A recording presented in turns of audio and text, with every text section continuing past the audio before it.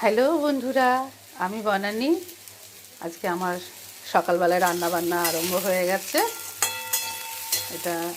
এদিকে আমি ভাত বসিয়েছি।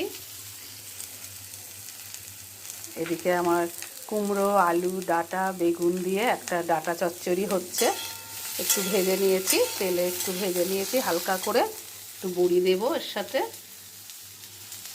একটু ভাজা ভাজা হলে মশলা দেব। এদিকে আমি আরও কি কি করব তোমাদের বলে দিচ্ছি। উচ্ছে সেদ্ধ করব,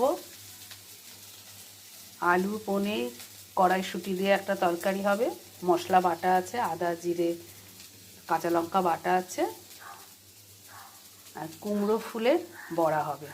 বেসন একটু কালো জিরে দিয়ে নুন দিয়ে একটু ফেটিয়ে নিতে হবে। বেসনটা একটু ফেটিয়ে নেব, বেসনটা একটু ভালো করে ফেটিয়ে নেব। এদিকে এই রান্নাটা হোক, একটু বেশিক্ষণ ফেটাতে হবে বেসনটা, একটু ফেটিয়ে নেব। বেসন ফেটানোটা